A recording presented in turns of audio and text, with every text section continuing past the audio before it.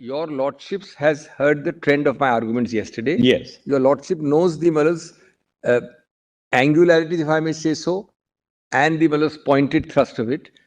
It is not a perfect world in the world in which we are projecting. We respectfully agree and bow down that there are angularities.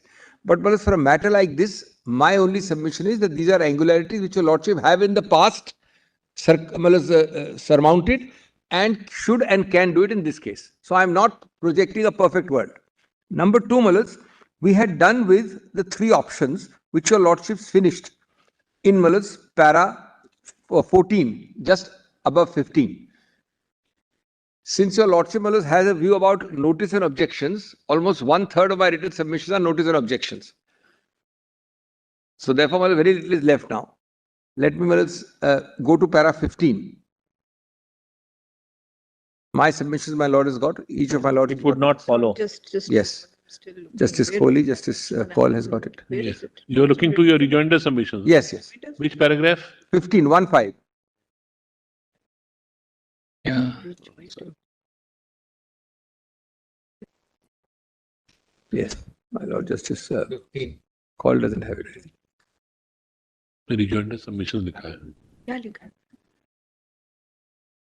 It starts with it would not follow from. It will not. Correct. So the conclusion after the three options is. Look for it. I haven't.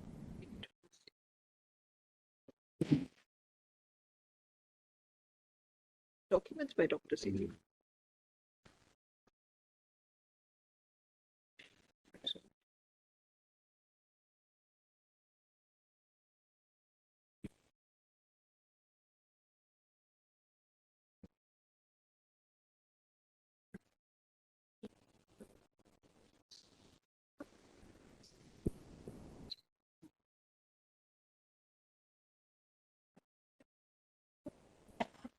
Please start. Yes, Dr. Singhvi. 15. It would not follow from this approach that non-heterosexual Hindu couples who marry under SMA would be excluded from legal succession regimes altogether. Like non-Hindu interfaith couples, they are governed by the ISA. This is because 21A on its own terms assumes that marriages that it applies to are also capable of being valid under HSA. Last 4 lines is the conclusion. Till the right of non-heterosexual couples to marry under HMA is adjudicated upon by this court or provided for by the legislature, non-heterosexual marriages simply do not meet the preconditions for the triggering of 21A. This is the exclusion of 21A, which was my third option. I'm actually, if at all I'm forced to, I'd canvass the second option, but I'm completing on the third option. Each are your lordship's choice, but the second option would be one thing which your lordship may see. Now I come to 2 or 3 special cases and I'm done very quickly. One is this heteronormative settings. That is a separate, discrete head. Kindly bear with me just for a few minutes in that. Women in particular, in heteronormative setting. Just before I read it, one sentence. We, on this side, me, is challenging only the exclusionary provisions. The whole thrust is exclusionary provisions, namely, those which discriminate against me based on my ascriptive characteristics. Now read my para.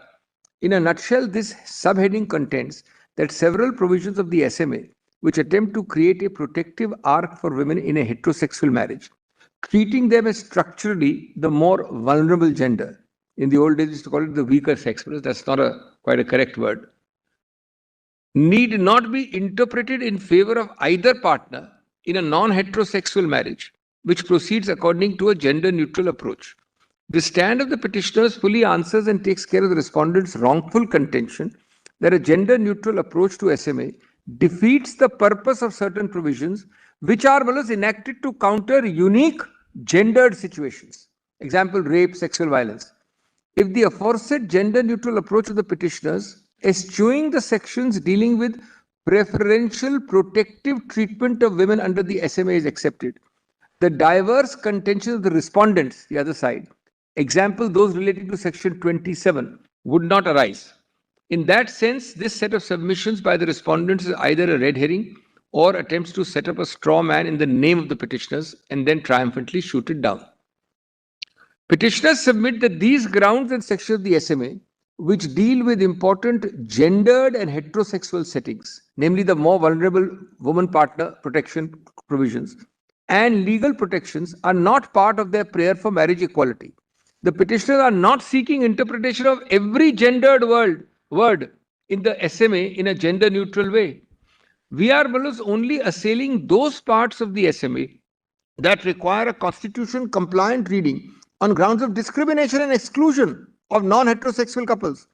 It is you who are putting this in my mouth and say there is insuperable problem for the judges.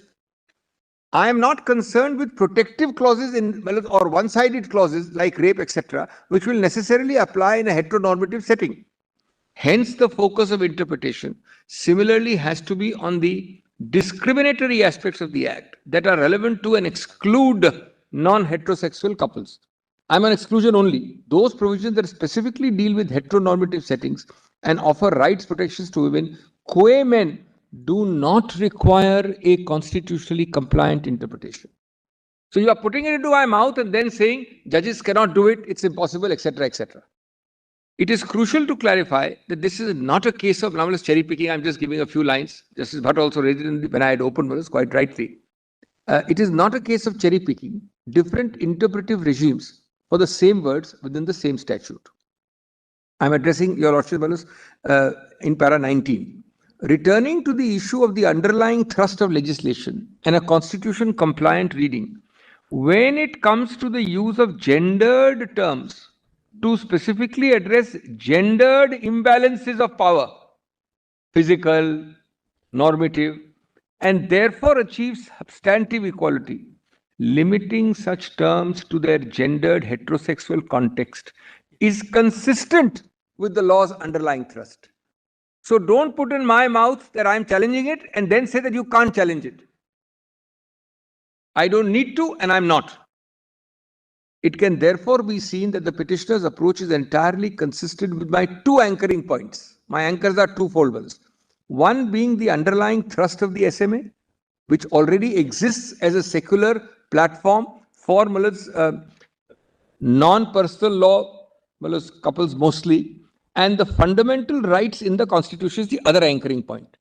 In other words, it is permissible for the specific interpretation of different gender terms across the SMA to be interpreted with a view to ensuring that their interpretation serves the underlying thrust of the SMA and the principles of non-discrimination and equality. Therefore, my conclusion was para 21.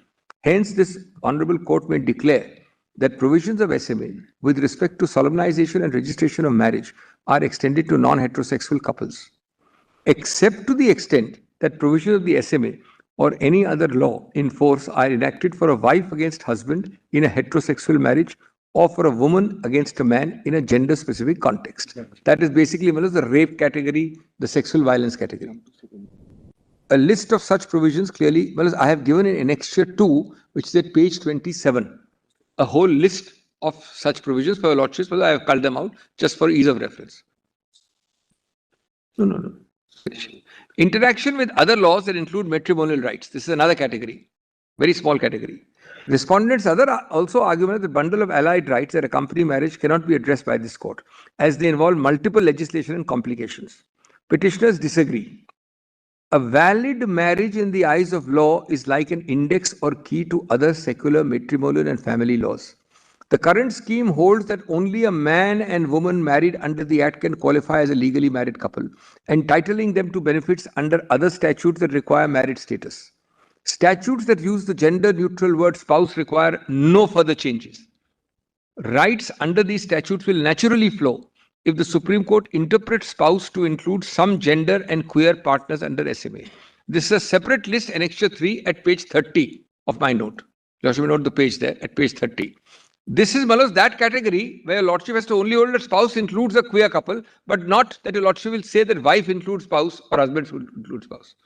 Statutes that use gendered words like husband and wife may be interpreted in gender-neutral way as persons, consistent with the interpretation for marriage equality. Hereby clarified that the present set of petitioners have limited submissions specifically to the issues arising from the SMA and on succession issues limited to the ISA. That is my option 2 really. And are not seeking this Honorable Court's interpretation for the diverse list of acts that use gendered words which may be reserved for future interpretation. It is further submitted not open to the respondents to argue that the petitioner's fundamental rights may not be recognized simply because it will open the pathway to further litigation, seeking the full and equal import of the rights that may be recognized here. The forward march of the law and of fundamental freedom has been based on litigation such as these, and the recognition of fundamental rights of citizens cannot be held hostage to the false virtue of preventing further litigation. The directions the Lordship issued in Malas Navtej, have they been complied with by less than legislation? Your Lordship required less than legislation there. And you are told that legislation will solve all our problems now, Malas. Your Lordship required something very minor compared to, in my opinion, under that. Has it happened? Then age-related. I must be consistent. I'll make Malas. Again, please keep the perfect solution is never there. I think it's a good solution we are trying to offer. I'm not suggesting it is fully logically consistent, but Malas, it's a workable solution. Kindly see this. On 4C, Malas, same-sex couples, the provision may be read as prescribing 18 for both parties in a lesbian relationship and 21 for both in a gay relationship. In the case of transgender, so there are only two categories, lesbians or homosexuals, there will be 18 and 21, which ages your Lordship already has in the Act. In the case of transgender, this is on the graded hierarchy of LGBTQII++. Whichever gender sex they identify as, the concerned age requirement would apply. That is, a trans man would have to be subject to 21 and a trans woman would be at 18. Because the whole point of that II and plus plus is that they have to declare themselves as a woman or a man. Then, Malas, the approach in the previous paragraph leaves open the question of age qualification for persons seeking to marry who do not identify as either man or woman. Now, Malas, I am giving your Lordship a theoretical category, but yes, it is a category. It's a very small category, but I am still, Malas, giving it because I don't want to avoid it. Petitioners suggest that the following alternative routes of interpretation may be adopted to ensure inclusion of non-binary and intersex individuals. It's a small category. It should not defeat my entire case. It's largely a theoretical category, but please see the solution. First, the SMA's silence on the age of qualification for persons other than men or women may be read as imposing no restriction beyond that imposed by other laws that stipulate the age at which the persons became capable. In other words, this category, universal 18. In one word, I'll skip the paragraph.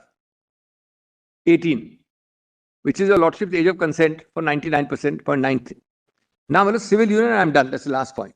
Well, with great respect, civil union at para 29 is no solution. I'll explain in 2 minutes. Civil union is not a solution, not an equal alternative. Third line in 29. Petitioners respectfully submit that civil unions do not address the constitutional anomaly presented by exclusion of non-heterosexual couples from the legal and social institution of marriage. A civil union is not a marriage. It is both the marriage as an access to marriage and equality in marriage that we are seeking. Now, just see this rather interesting case from Supreme Court of New Jersey. In that case, Lewis and Harris, this is directly going to be relevant. Third line. The state's marriage laws excluded non-heterosexual couples like today. The majority held such laws to be unconstitutional. So your Lordship struck down those laws. But remedy your Lordship gave was civil union, to be remedied either by amendment or by creation of a separate civil union status for queer couples. Chief Justice Porritz, with the other two judges, dissented. And this dissent later on became the majority view in the US. I'll read the dissent very briefly. We must not underestimate the power of language. Labels set apart people as surely as physical separation on a bus. This is going to be important, on a bus or in school facilities. Labels are used to perpetuate prejudice about differences that in this case are embedded in the law. By excluding same-sex couples from civil marriage, the state declares that it is legitimate to differentiate between their commitments and the commitments of heterosexual couples. Ultimately, the message is that what same-sex couples have is not as important or as significant as real marriage, that such lesser relationships cannot have the name of marriage. Whereas Oberfell, which accepted it, did not cite Chief Justice Porritz, but it adopted this view, which I have quoted. The original source was the dissent. has become the prevailing one in para 31. It has been held that equal protection requires marriage. Indeed, any other view would militate against India's own jurisprudence on substantive equality. Relegating non-heterosexual relationships to civil unions and denying their access to the marital institution would send those in such relationships a clear message of subordination, that their relationship is less than, quoted, inferior to relationships that comply with the entrenched heteronormative order. Petitioners' relationships do not deserve the name of marriage. By doing so, civil union status would undermine full and equal. It's full is one word, equal is the other. Social, economic, political, and cultural participation and contribute to the petitioner's subordination. One was my last point. I may be perhaps guilty of slight exaggeration, but I think it's an appropriate analogy. The segregation doctrine of separate but equal is what I've said in the last para 33. A civil union says, yes, you are equal, but you are equal in that side of the table, within your separate enclave. And within this, my enclave, this is a different equality. This separate but equal, your Lordship, is frowned upon. In all civil rights issues, this should not be a new creation judicially. Well, I am ended. Your Lordship may reconsider. If your Lordship feels para 34 onwards is a strong argument for notice and objection, I'm not arguing it. All right. I'm not arguing. Thank you, Dr. Singhvi. Don't do my submission. Thank you, Dr. Singhvi. I'm very deeply obliged. Thank you, Mr.